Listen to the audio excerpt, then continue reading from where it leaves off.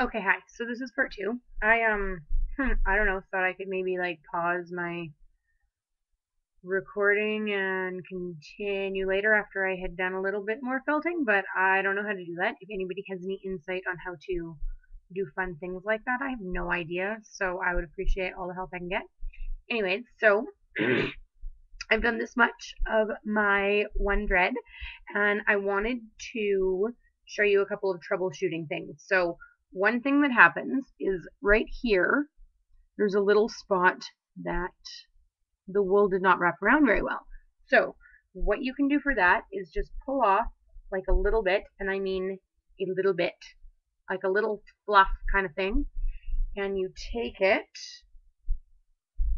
and you can wrap it again, or you can actually just kind of pile it on top of the spot you want to cover. So like this. And you can felt that into the felt. And the neat thing about felting is that it kind of, I'm not actually entirely sure how it works. I think it breaks the fibers and attaches them to your hair and each other so that it stays where it is, basically. I don't know. I did my other ones a while ago and they work very well. I'm very happy with them. So you pile it on and you want to hold it however is comfortable. This I find works very well, especially to avoid the previous stabbing issue that I was talking about before. Anyways, so you want to basically go back and forth. You know, give it the old in and out. I think that's pretty funny. Me and my girlfriend got a kick out of that, you know, a dozen beers in when we were doing my hair the first time. It was pretty funny. So, and like really it actually doesn't take that much, especially you get into kind of a rhythm, and you'll see I'm moving fairly quickly with the needle here, um, and rotating as I go because you do want to make sure you get all sides. Basically, there we go. My little hiccup is fixed.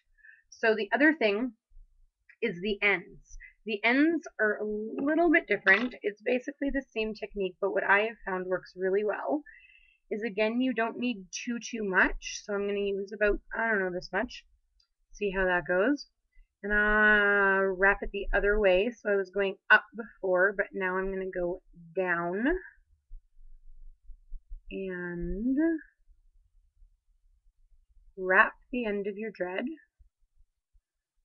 Make sure you leave some at the end. And what I'm going to do is just felt the top a little bit because basically that'll hold it in place. Ouch, I just poked myself. That was awesome. Fortunately, not very hard.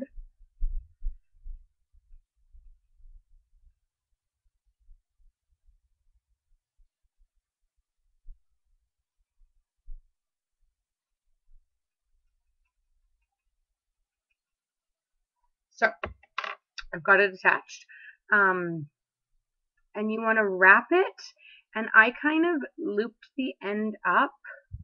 And I did leave it fairly loose, and the ends take a little longer to actually felt because the wool is looser, but you end up with a really nice, clean, finished result, which I really liked. Um, Basically, you want to go from the bottom and go up, and you'll see it actually pulling the wool sort of into the center of your dread, which is fine. I mean, I like this concept because, you know, wool is natural. It's not going to do anything really gross to your hair as long as you make sure that the wool you're getting is clean. And you can wash it and style it, do whatever you want basically. So that really appealed to me about this process. And you want to do the same thing. Go, you know, back and forth and really felt it in there really good.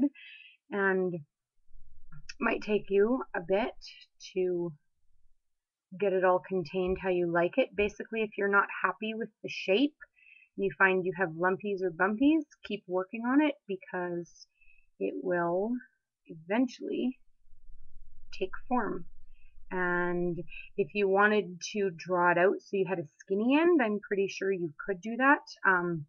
Personally, I like the blunt end look, so that's what I do, but I don't see why that wouldn't work as long as you felted it properly. I don't think there's a way it could unravel, um, which is, nice if that's what you're going for. It's what I'm going for. So basically, I mostly done the end, and that's how it's turning out. And I'm going to do it a little bit more and tie in some of these fuzzies a little bit better. Basically, you want to go vertically into the center of the dread from the bottom, and that will give it a really clean blunt end. And you can kind of see where the fuzzies are and grab them with your little needle and pull them in, and I find that that is a fairly effective technique to tightening it up. Now the final step to this process is you want to soak your dread in hot water. And I mean like as hot as you can stand. You don't have to actually soak it. You can just wet it as long as the water is hot, because what that's going to do is cause the wool to shrink a little bit and tighten up, and it'll really sort of be one with your hair, which is kind of what you're going for here. And so do that, and then palm roll, palm roll, palm roll, and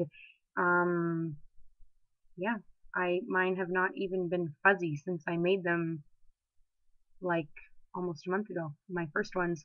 So I'm fairly happy with it. I will, keep you updated as to whether or not I have issues in the future with them. I hope I don't, because I totally dig the felting. I think the color's funny. Anyways, thank you for watching. Please subscribe, and if you have any questions, shoot me a message or an email, and I will be happy to answer them. Have a nice day.